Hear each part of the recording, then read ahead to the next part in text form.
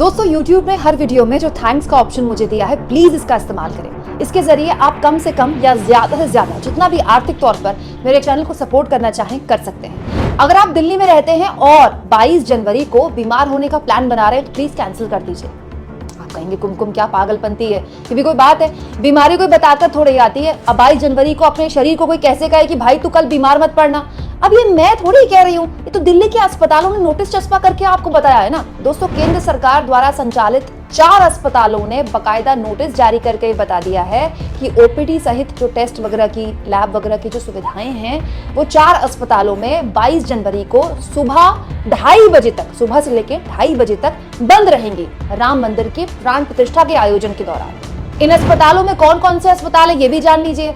AIIMS Delhi, Safdarjung अस्पताल, राम मनोहर लोहिया अस्पताल और लेडी हार्डिंग अस्पताल। दोस्तों, इन चारों अस्पतालों की ओपीडी सेवाएं दोपहर 2:30 बजे के बाद शुरू होंगी। वैसे ऐसा तो हमारे देश में पहले कभी देखने को नहीं मिला।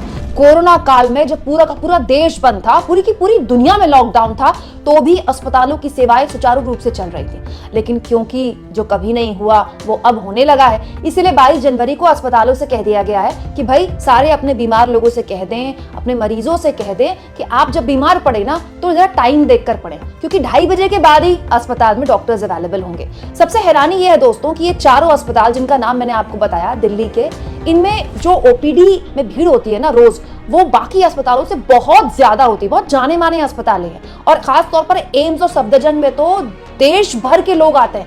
यूपी बिहार के बहुत सारे गांव देहात के लोग बेचारे कई दिनों से लाइन लगाकर अस्पताल में आते हैं एम्स और सफदरजंग में। और ओपीडी सेवाएं वो सेवाएं होती हैं जो रोजमर्रा की सेवाएं होती हैं। मतलब आप सोचिए किसी की सर्जरी है तो उसको तो टाला भी जा सकता है कि भाई सुबह 9 बजे होने की तो 2:30 बजे के बाद कर देंगे।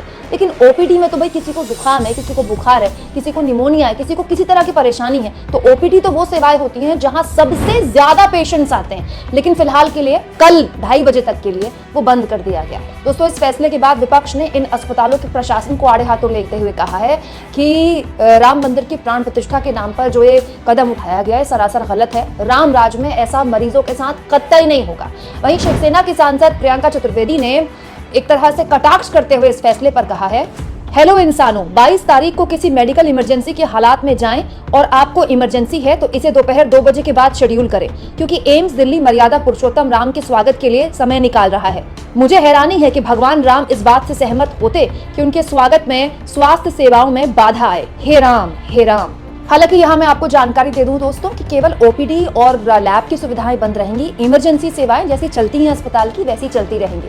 फिर भी राम मंदिर के प्राण प्रतिष्ठा के दौरान अस्पतालों में ओपीडी सेवाएं आधे दिन के लिए बंद होना क्या आपके समझ में आता है? इससे पहले मोदी सरकार ने जो सरकारी दफ्तर है वहां 2:30 बजे तक के लिए काम बंद कर दिया। चलिए वहां भी कोई बात नहीं, समझ में आता है। इसके अलावा योगी सरकार ने एक दिन की छुट्टी का ऐलान कर दिया। चलिए वो भी कोई बात नहीं, वो भी समझ में आता है। लेकिन अस्पताल तो ऐसी चीज है, अस्पताल तो ऐसी जगह है, ओपीडीज तो ऐसी जगह है जहां हर हाल में कभी भी किसी भी इंसान को डॉक्टर की जरूरत पड़ सकती है। आप इस मुद्दे पर क्या सोचते हैं? कमेंट बॉक्स में जरूर लिखें और जितना हो सके दोस्तों चैनल को शेयर भी करें, सब्सक्राइब भी करें और थैंक्स और ज्वाइन, ये 2 ऑप्शन हैं जिसके जरिए आर्थिक तौर पर आप चैनल के हाथ मजबूत कर सकते हैं।